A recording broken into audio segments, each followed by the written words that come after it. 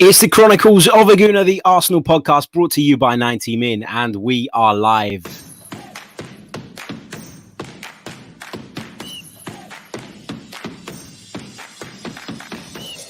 You're listening to the Chronicles of a Gooner, the Arsenal podcast. I'm Martin Tyler, and you're listening to Harry Symeou.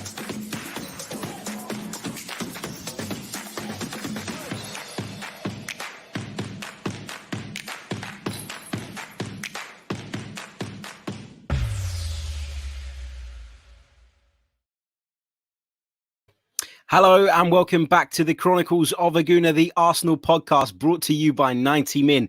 As ever, I'm your host, Harry Symeou, and on this edition, we're going to be discussing the report this evening that Granit Xhaka is edging closer to signing for Roma. We're going to be talking about another player that Arsenal are said to have identified as an alternative to Martin Odegaard. We're going to be talking a little bit more about that Emi Buendia to Aston Villa deal because, of course, some more information has emerged off the back of that.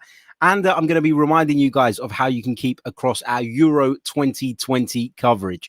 Lots and lots to get into. Let's say a big hello to everybody joining us in the live chat at the moment. I hope you're all well. Good evening, good morning if you're watching this back tomorrow, or if it's morning wherever you are in the world, or if you're listening on the audio. I hope you guys are all good too. And I look forward to getting into this one. Now, yesterday's podcast, Sunday night's podcast, which audio listeners would have got on Monday morning. When I kind of finished recording it, I was a little bit like, have I been a little bit harsh here? In terms of kind of just trying to squash the Buendia talk and that disappointment. And I don't think I was. I listened to it back today on my way into work, and I actually thought I was probably quite fair.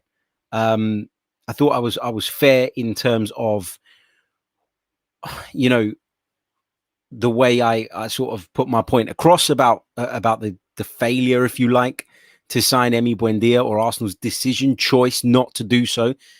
And I think when I found out some more information this morning about why exactly Arsenal, I guess, seemingly pulled out of the race for Emi Buendia and didn't proceed in turning that prospective transfer into a reality, I think it was justified, and we've heard today that the reason that Aston Villa's offer was accepted and Arsenal's wasn't was because of a number of reasons. So first of all, we heard that Arsenal were willing to pay a similar amount, if not the same amount, if not even possibly slightly more. But Arsenal wanted to do it in structured payments. So it ties in with what I was saying yesterday, which at the time it was just a suspicion that Arsenal did not feel Emi Buendia was worth breaking the bank for and laying down 30 plus million pounds as an upfront payment. So that is actually what happened. Arsenal wanted to try and sign Emi Buendia. They were in the race for him. But when it became apparent that Norwich City were only going to accept money up front, that's when Arsenal pulled out. And that's when Arsenal made the decision, well, actually, Emi Buendia is not worth 32, 33 million pounds up front. And it begs a kind of bigger question, doesn't it, as to whether Arsenal were doing that because they were trying to be clever, or if they were doing that because they can't lay down 32 to 33 million pounds up front. And if that's the case, if Arsenal can't lay down that sort of money, then it restricts us, in terms of the clubs that we're able to do business with. And then we're going to suffer a lot of disappointments and a lot of setbacks throughout the course of this window. So you have to be prepared for that. I think, look, as I've said already, Arsenal are, of course, doing their best and their utmost to try and, be creative and to try and shift players on and move players on and raise money from that. But the reality is none of those players have been moved on yet. Therefore, in our current state, our current position means that we cannot, compete, unfortunately, with clubs that are looking to pay with that sort of money up front. And obviously, look, I think if Emi Buendia was someone that Arsenal really desperately wanted, they would have been able to find a way of doing it. and they would have turned the player's head, and they would have got him into a point where he himself would have been sort of banging the door down of the Norwich chairman and saying, I want to go to Arsenal. But the fact that Arsenal never really went that far, means to me that, it's partly because they couldn't afford it, or couldn't afford it's the wrong term. It's partly because they didn't want to pay it all up front, and partly because they didn't really see him as someone who was worth making such a significant upfront investment in. And that's kind of my view on it. And I think the information, as I've said, that we've received today, or that we've heard today, is probably kind of in line with that and fair with that. So let's move on.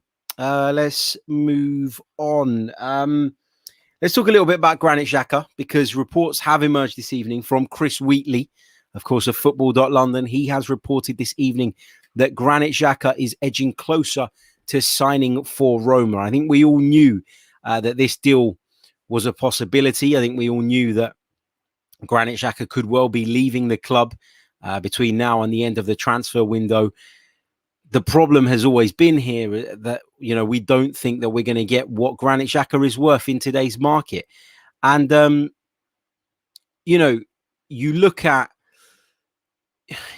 what Granit Xhaka is worth to this football club in terms of how often he plays, how important he has been over the last sort of 12 months, and an offer of 18 million euros, which is what we heard Roma had put in last time, just didn't feel fair to me. Because, we're looking at a team that obviously needs upgrades in midfield, and we need numbers in midfield, especially if Torreira and Guendouzi are going to move on. And losing Granit Xhaka means we need to make another signing. So for me, it had to be a worthwhile price. Now, we don't know exactly what the final figure is going to be. I'd imagine it's around about and this is just a guess based on, previous negotiations and what we've read previously, but you'd imagine it's around about the 20 million euro mark, which is around about 17 million pounds. The decisive factor will be here that Granit Xhaka probably is desperate to leave now. I think Granit Xhaka's probably had enough.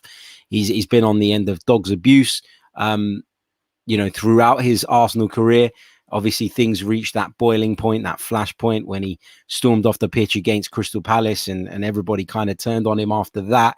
I think at times it's not always been fair, the criticism that Granit Xhaka has received. At times it has been, at times he has let us down. But I think over the course of the last season, Granit Xhaka was undoubtedly Arsenal's most consistent midfield player. And I think there's an argument that says he was the most consistent player, full stop. Not the best, the most consistent in terms of maintaining a level throughout the course of the season. Obviously being fit as well, is a massive plus point in Granit Xhaka, in kind of Granit Xhaka's profile. The fact that he is always available, and the fact that he rarely lets his manager down, is important, and has been valued not just by Mikel Arteta, but it was valued by Unai Emery before him and Arsene Wenger before him. So, I think that Granit Xhaka is a better player than people give him credit for. I'll be sad to see him go, but I've also kind of come to the realization that, this can't go any longer. This relationship between Granit Xhaka and the Arsenal fan base is kind of at the point of no return now. Every time he makes a mistake, he'll be crucified for it. Every time he gives the ball away, he'll be crucified for it. And in comparison to some of the others and those who seem to get away with average performances week in, week out, and don't get criticised, I think Granit Xhaka will feel hard done by and feel like he probably needs to move on and probably wants to face a new challenge. I think Serie A will suit Granit Xhaka down to a T. I think it's the kind of league in which he'll thrive. I think he is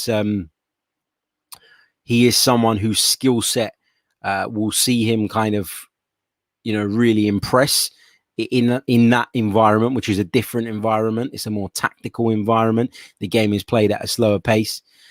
But I wish Granit Xhaka all the best. If, of course, indeed this transfer does materialize. If it doesn't, then I'm happy for Granit Xhaka to continue to be a member of this squad. And you know, if Arsenal can go out and get someone in the summer who comes in to the first team who is an upgrade on Granit Xhaka, I'm all for that. But as recent years have shown us, Arsenal are not always very good at going and finding competent replacements. Arsenal are not always very good at allowing people to go and finding a solution post that move away. And that's my big worry here. You know, Granit Xhaka is not the greatest midfielder in the world, but do you trust Arsenal 100% to go and find an upgrade on him? You know, the player that we've been linked with over the last sort of 24 hours quite heavily was Ruben Neves of Wolverhampton Wanderers. And I spent half of yesterday's podcast defending why he would be a good option and batting off comments from people who say that he's absolutely rubbish and isn't an upgrade. Well, that's the player we're being linked with. That's the player that Arsenal supposedly started talks about. So if you don't like Granit Xhaka, you have to kind of understand that Ruben Neves is the kind of player that Mikel Arteta is seemingly looking at. And you have to make that decision. Either you take back some of what you said about Granit Xhaka and acknowledge that he probably is better than most people give him credit for, or you shut up and put up with whoever comes in to replace him. Because if you think that Arsenal are going to go and spend 50, 60, 70 million pounds on a top draw central midfield player, then you're wrong, because Arsenal simply don't have the finance. Arsenal wanted to pay for Emi Buendia in installments. It's why that deal broke down. It's why Aston Villa stole a march on us in the race for Buendia's signature. And there will be debate around whether that was because Arsenal cannot afford to pay up front or because Arsenal don't want to pay it up front. So there is, there is a lot of uncertainty around that as well. But, you know, we talked about Granit Xhaka a lot over the course of the season. I felt like it was necessary to highlight the good things he did over the course of last season, because there were a lot of positives in terms of Granit Xhaka's season as an individual. And I think that unfairly, those positives often get overlooked with Granit Xhaka. So that's why I felt probably a greater need than when it comes to other players to highlight those positives and highlight the good games and highlight the good things that he does and the importance to the team. And I'll tell you what, if Arsenal do not go and get the right replacement, if Arsenal do not go and find someone of the right profile who's going to do the job that Granit Xhaka did, then a lot of people will be looking back maybe midway through next season and saying, we let this guy go for peanuts, in my opinion. And we might suffer for it now. I'm not saying that there isn't better midfield players out there. I think there absolutely is. But will Arsenal go out and get a better player? And do you, as a fan base, trust them to do so? That's the big question here. That is the big question. Let's go over to the live chat box and see what you guys are saying with regards to Granit Xhaka. I'm sure there's some very passionate comments here. Damien says, I just knew you were going to come and defend Xhaka, your guy. F off, he says. Cheers, mate. Appreciate that. What else have we got? Inter says Neves is an upgrade on Xhaka. BX Gunner says Neves looks way more technical minus the Xhaka boom. Scholastica says, I'm tired of hearing Xhaka's close to leaving. I want to hear he's left. What else have we got here? Chris says that's BS. Why do fans need to shut up wanting higher quality players? Proper biased opinion from you, Shame. It's not a biased opinion. It's a realistic opinion. How much, you tell me in the chat, how much you think it will cost to upgrade on Granit Xhaka, and then weigh up if that's more than what we're apparently going to sell him for. And then you'll see that actually Arsenal have to put their hands in their pockets, which they don't seem willing to do. That's the issue here. That's the issue here. What else have we got? Let me pick up a few more comments. Apologies if I missed some of them because they are updating really, really quickly. Josh says Xhaka's only problem is that he is immobile. Ashani says we don't need the profile of Xhaka. And I said this yesterday. You, Ashani, and many people out there may feel that Arsenal need a different profile of central midfield player. But based on how pivotal Mikel Arteta made Granit Xhaka to the way his team play, and how key he was in allowing us to find a greater balance, particularly in the second half of the season between defense and attack, and not conceding as many goals, not leaking as many goals, yet being able to push our fullback on. That was down to Granit Xhaka having the profile to be able to fill in certain areas of the pitch. So you or I or Bob or Dave or Jack Jones or whoever might feel that that's not the right profile for Mikel Arteta to be looking out for as he looks to bolster the midfield options in the summer. But Mikel Arteta does, and that's what matters. You know, my opinion is my opinion, but it's not going to influence Arsenal's transfer policy. The only people whose opinions influence Arsenal's transfer policy are Mikel Arteta and Edu, and it feels to me, based on the players that we're being linked with, that is the type of player that they're going to look for, and that's why I say it. It's not just me making it up. I'm basing it on what I've seen, on what I'm hearing.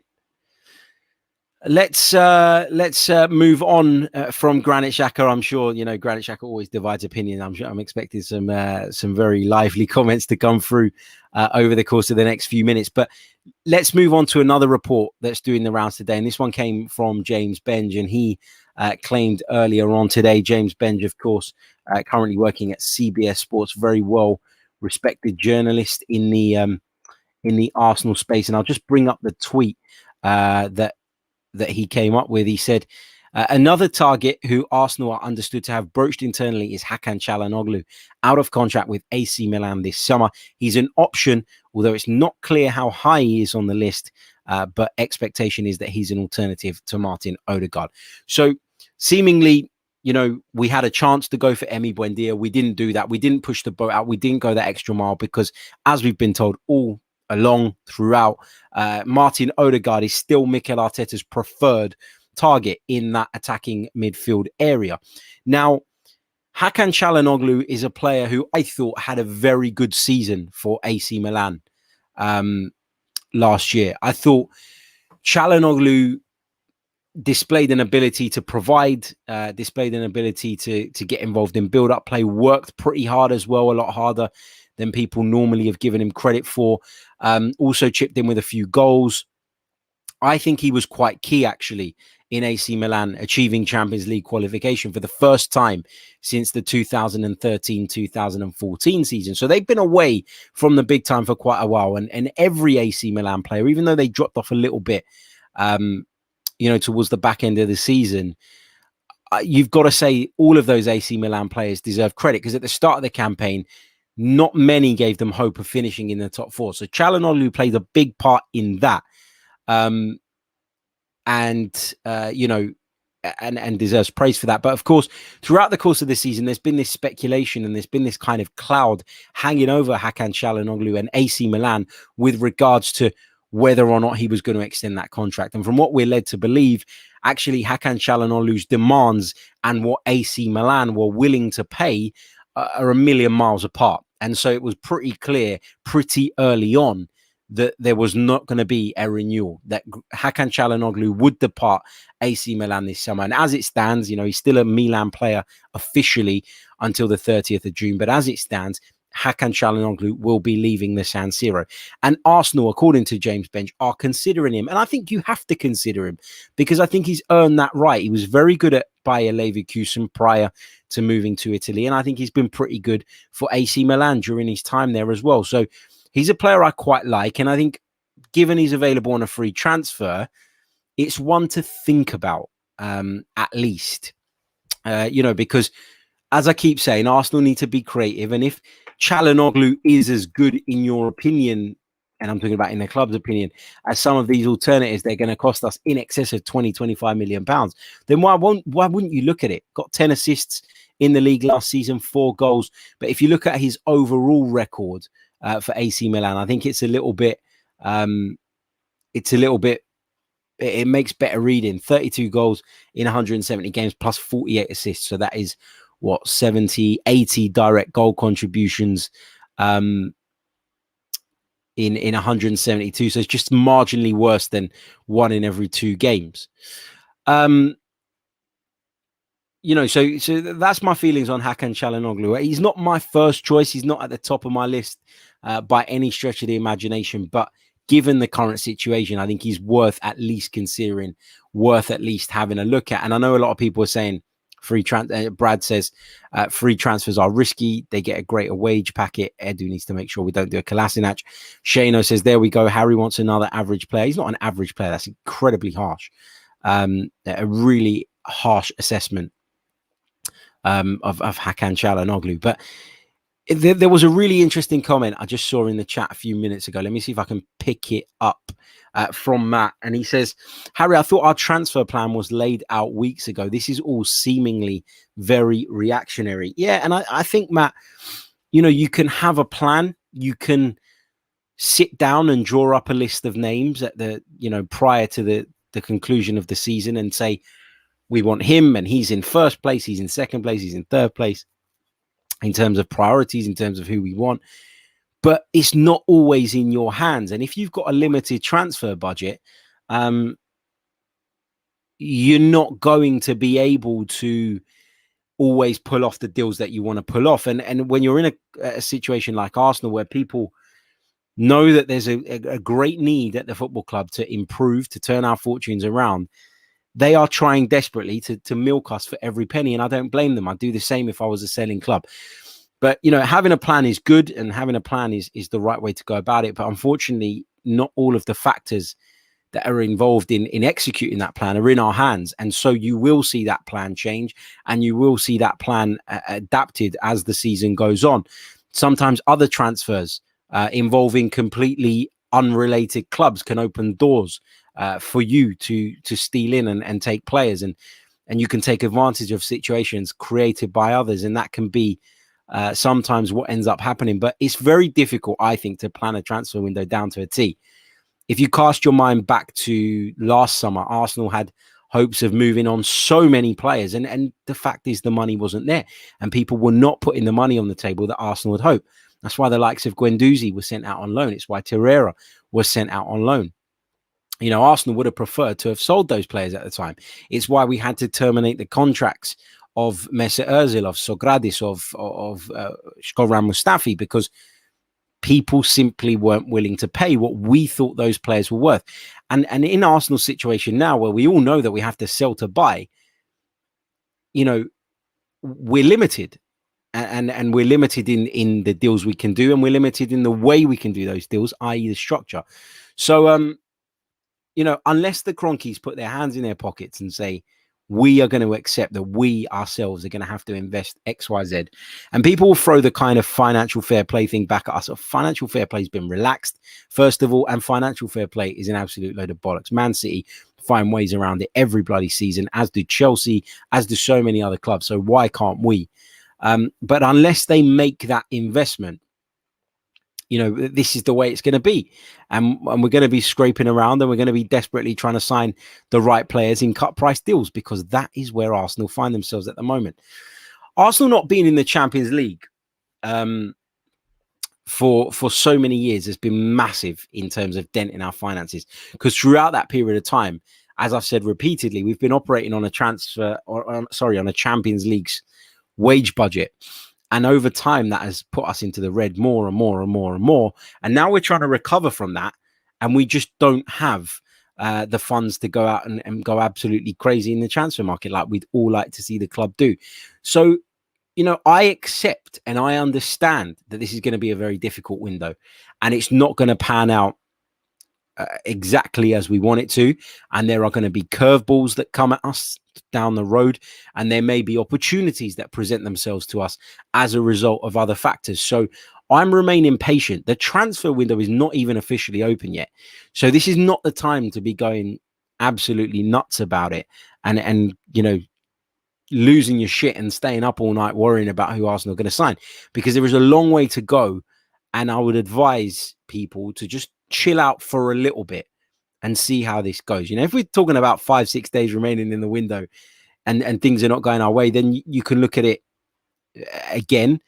But even then, I would say, a lot can change in a few days when it comes to transfers. So remain patient and let's see what's going to happen, because there's going to be plenty of movement, I think, between clubs all over the continent. I just don't think the values of those transfers are going to be anything like what we've seen in recent seasons. And that's because in many ways, the pandemic has led to a bit of a footballing reset, which isn't necessarily the worst thing in the world. Obviously, the circumstances of which it came about are terrible, but the idea of football resetting a little bit when it comes to finance, I don't think is the end of the world.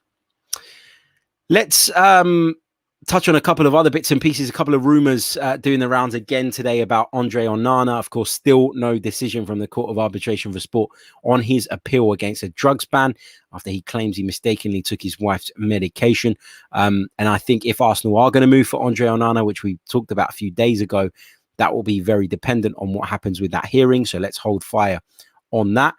And the other thing I wanted to quickly sort of touch on is I put a tweet out a little bit earlier on today on Monday evening. I said, season ticket renewed, we go again. And the amount of people that replied to me telling me that I'm funding KSE and I'm the problem and all this is absolutely mad. Let me just say one thing to the people who have come at me about that. It's very, very easy, I think, to sit from afar. And this is not a criticism of those who watch Arsenal from afar. But I think if visiting the Arsenal is not part of your life, i.e. traveling to the ground, if it's not part of how you spend time with your family, in my case it is, I go to the games with my dad and my brothers and that's how we spend time together. That's the bond that we share. I think, and if you've waited, sometimes in some people's case, a decade to get your hands on a season ticket, it's much easier said than done to just relinquish that and let it go. Because once it goes, it goes. And there are thousands of people on the waiting list behind me that will take that season ticket without any hesitation. And the club would still get their money. I'm not saying, and I knew this was going to happen because there's always one, right? There's always one. Symeou. There we go. Harry thinks he's better than international fans. I've not said that I'm better than international fans. This is the problem with YouTube, with Twitter, with podcasts. People put words in your mouth. I didn't say that. What I said is it's part of my day-to-day life. It's part of how I spend time with my family. It's part of what I do. It's part of my job. I have to be close as close as possible to the club, to the team, in order to do my job to the best of my ability. And I'm not going to give up my season ticket because I support Arsenal. I support Arsenal and that's me. And I've renewed my season ticket and I'm excited about returning to Arsenal and watching the team at close quarters and getting back into that routine that we've so desperately missed throughout the pandemic. So I'm not going to apologize to people that want KSE out for renewing my season ticket because I don't think I have to. And I think a lot of the people, not all of them, but a lot of the people who have said banned or don't renew season tickets, chuck them in the bin, walk away, are people who don't have a season ticket. And that's not a criticism of them that they don't have one, but it's very easy to say that when you're not in that position, or when it's not part of your life and not part of your work and not part of your job. So, is what it is. Shano responds by saying that you knew you would have comebacks by tweeting that. Well, doesn't mean that the comebacks are... if I said that I ate Weetabix for breakfast, I would get comebacks on that, with people telling me I should have eaten cornflakes instead. That's just the nature of Twitter. It's madness, and all those in the chat who understand the point that I'm making, big shout out to you guys, because it's not easy to give up something that you waited over 10-12 years to get your hands on. It's something that is your escape from day-to-day life. It's your passion, and you're going to give it up because someone you don't like is in charge of the club? No way. Maybe I'll pull back a little bit in terms of putting other money, into the club in terms of buying merchandise and all that. But no, with the season ticket, I'm not giving it up. I love Arsenal Football Club. I love to be there. and then that's me. And I'm not going to apologize for that. Right, let's get some of your questions from the live chat. The chat box is popping off today. Some great comments in there. Big hello to all of you joining us live at the moment. Get your questions in. And while you get your questions in, I'm just going to remind you, if you haven't done so already, to please hit that like button. It really, really does help the channel grow. It helps us get the video in the eyes of more people. And yeah, that's ultimately what we want to achieve, so that the channel and the podcast can continue to grow. You can see there's over 282 of you watching at the moment. So if you don't mind, let's try and get those likes up to at least 125. There's enough people watching. And yeah, I'm looking forward to seeing the like count creep up. Just a quick reminder as well about our Euro 2020 content. So as I said to you guys, on yesterday's podcast, we are going to be bringing you lots and lots of Euro 2020 content. Really looking forward to covering the tournament. Really looking forward to being involved in working on it. You'll be able to catch me right here on the Chronicles of a Gooner at 8 a.m. every Monday, Tuesday, Wednesday, Thursday, Friday, where we'll be discussing the games from the night before, from Euro 2020, and looking ahead to the ones coming up that day. So lots and lots of content. I'll be chilling on the sofa with my morning coffee. Got in some new equipment as well, so looking to take the production level to a new level as well, which I hope you guys all enjoy too. Yeah, so make sure you come and join me for that. 8 a.m. Monday to Friday. And of course, the podcast format of that will be out just after the show finishes. So if it's at 8 a.m., latest we'll be going to is 9 a.m. and then 9:15-ish. You'll be able to access the podcast version of that as well. So really looking forward to bringing you guys that and doing something a little bit different. But of course, the transfer shows would continue, and that's not going to stop. So don't worry. We're not taking our eyes off of Arsenal. We're just taking the opportunity to have a bit of fun, create a bit of content about something that I'm not in the slightest bit bothered about. And I'm just looking forward to sitting and enjoying. When I say I'm not bothered, I'm bothered about the tournament, but I'm not bothered about who wins it. I'm not going to get stressed. So hopefully I can be a little bit more impartial and give a little bit more insight to sort of from a neutral opinion. Right, let's get into the questions. Let's see what we've got here.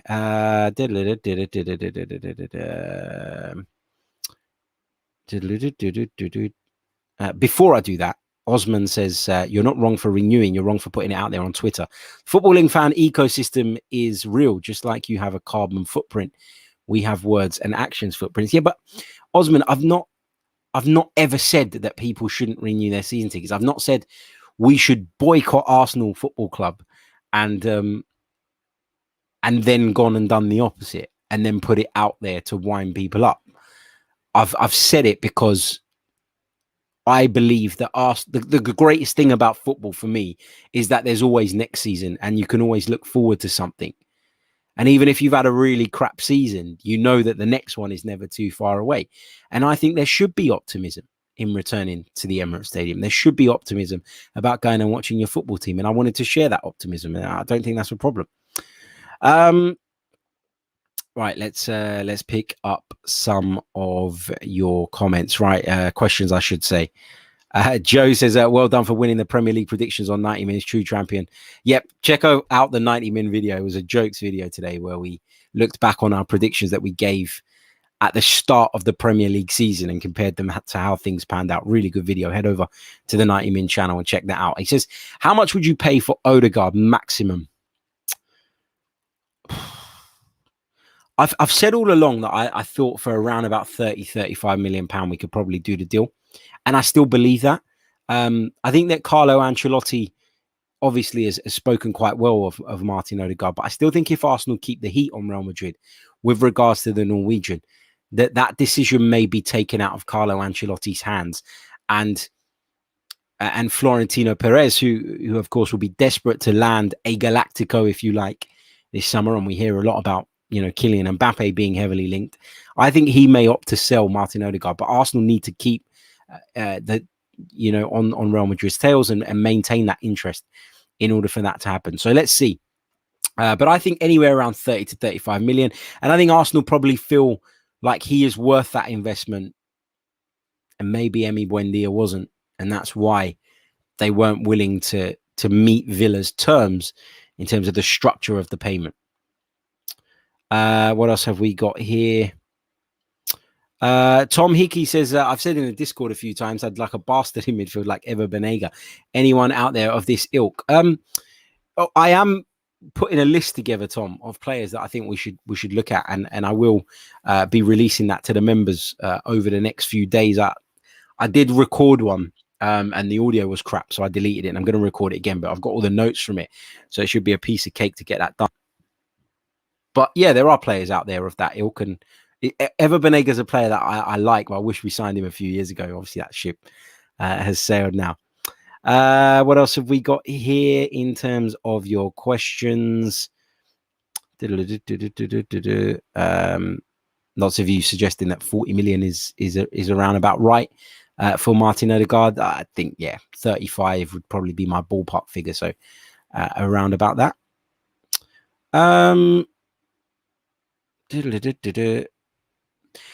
Kai says, Harry, what do you think of Julian Brandt, Neves, and Partey? That would be an interesting midfield. I was quite positive about the possibility of signing Julian Brandt last summer because I quite like the player. I know I kept banging on about it at the time, but at the end of the 2019-20 season, when only the Bundesliga returned, I was very lucky to have been given some commentary work to focus on the Bundesliga. And I think of the maybe 10, 12 Bundesliga games that I did during that period, I'd probably say like 5 or 6 of them involved Borussia Dortmund. I had a good look at Julian Brandt, and I really, really like him. I think he's a really good player. I think there's a bit of a risk with Julian Brandt because his form's been a little bit up and down. And,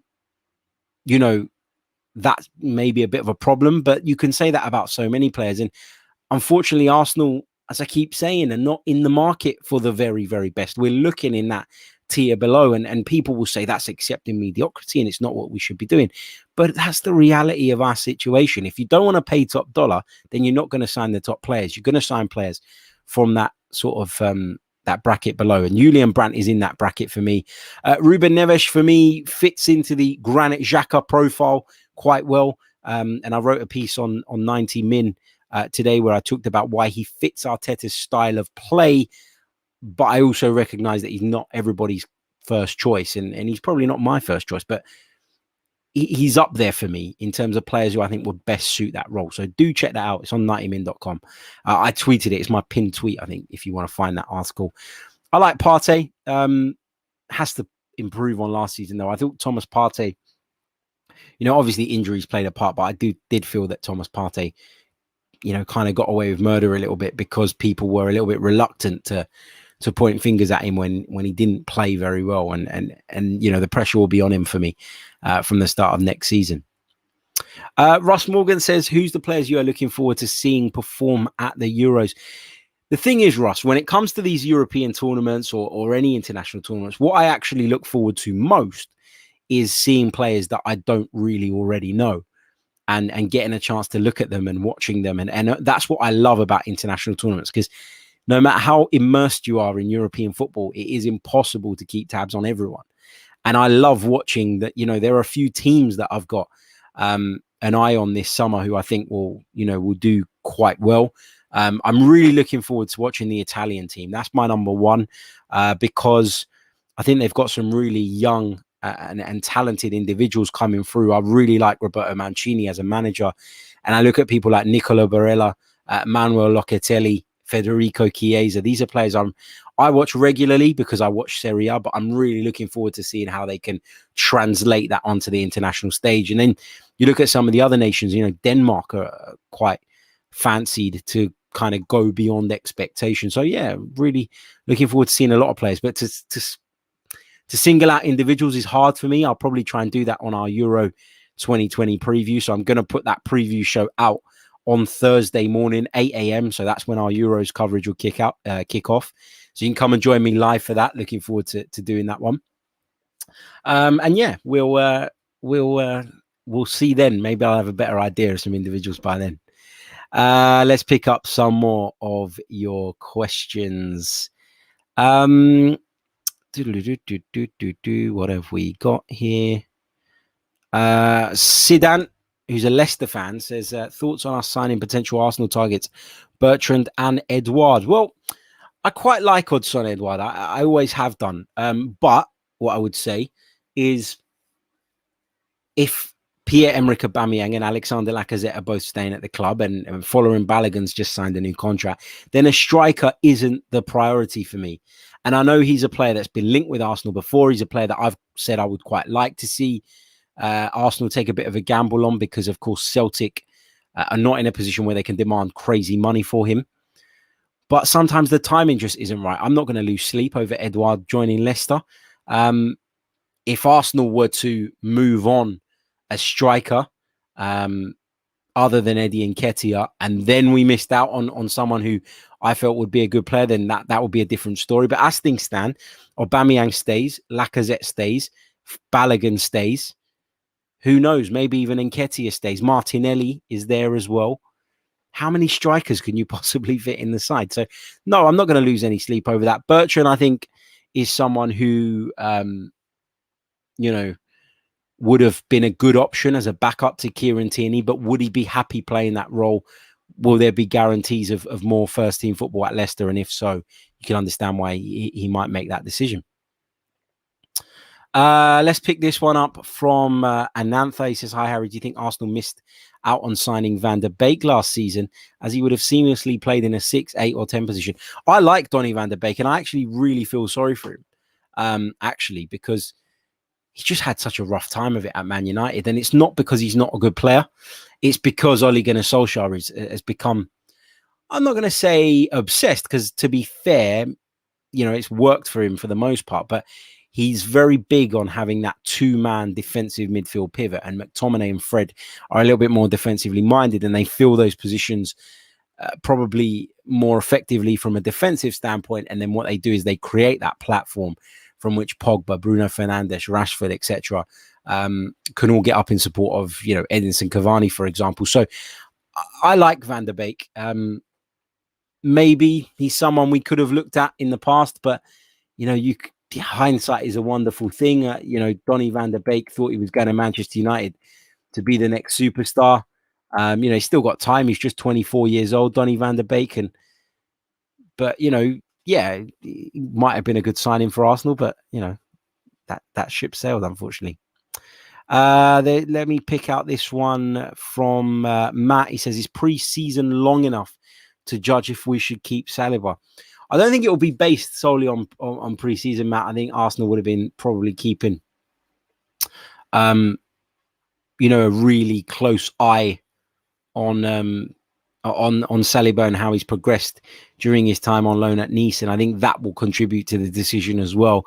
But I think he stays. I think he stays at the club. I think he's part of the first team set up next season. Is my gut feel. I've seen nothing to suggest otherwise. I know there've been sort of rumours linking him with a loan move to Newcastle United. I can't see it with David Luiz leaving the club. The only way I can see it is if Arsenal go out and bring in another centre-half, which I don't feel should be a priority. AM says, Harry, that is the problem, not losing sleep over quality players not being signed because we have quantity. I understand your loyalty to this regime, but first of all, I have no loyalty to this regime whatsoever. I couldn't give a shit about them. I don't care about Edu. I don't care about Vinay Venkatesham. I don't care about any of them. All I care about is my football team. My football team doing well. That's what I'm interested in. Not interested in anything else. So I don't have loyalty to them. I just think that sometimes, you can drive yourself mad. Like, you can look at Donny van der Beek, who was the example in question, and you can say, we should have signed Donny van der Beek because he didn't get a look in at Man United and he would have been perfect for us. Well, we didn't know he wasn't going to get a look in at Man United.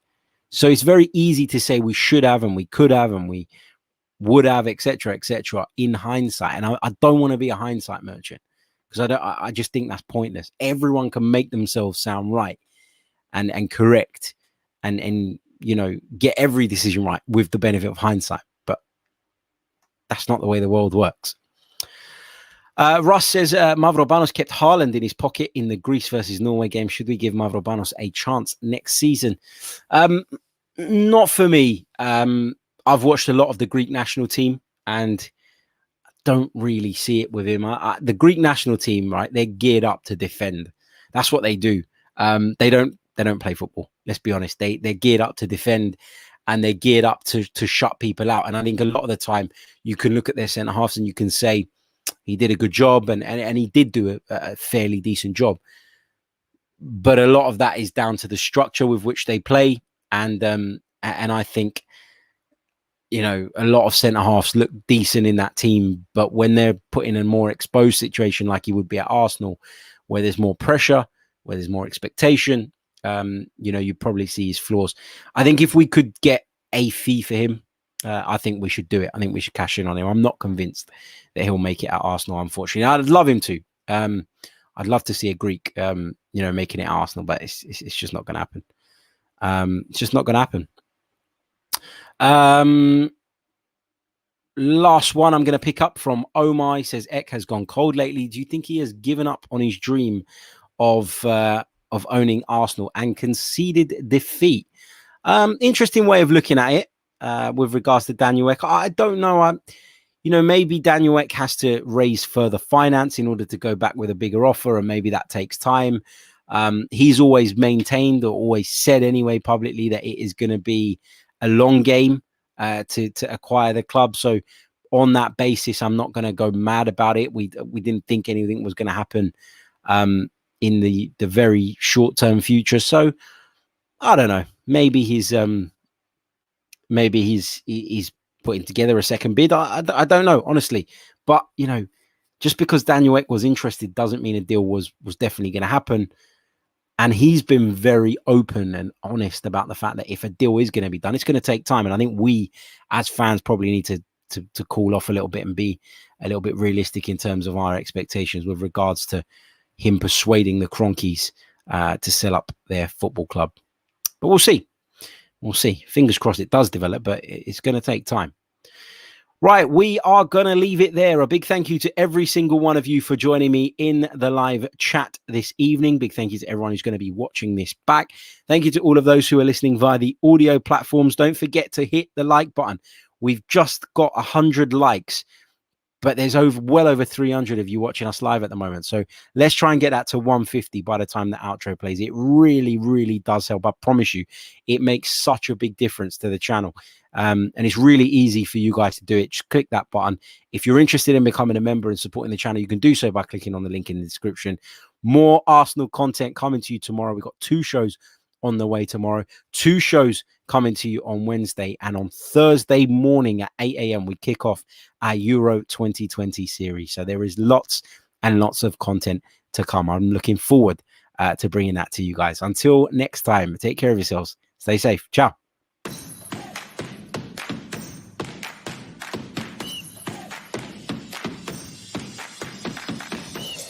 You're listening to the Chronicles of a Gooner, the Arsenal podcast. I'm Martin Tyler, and you're listening to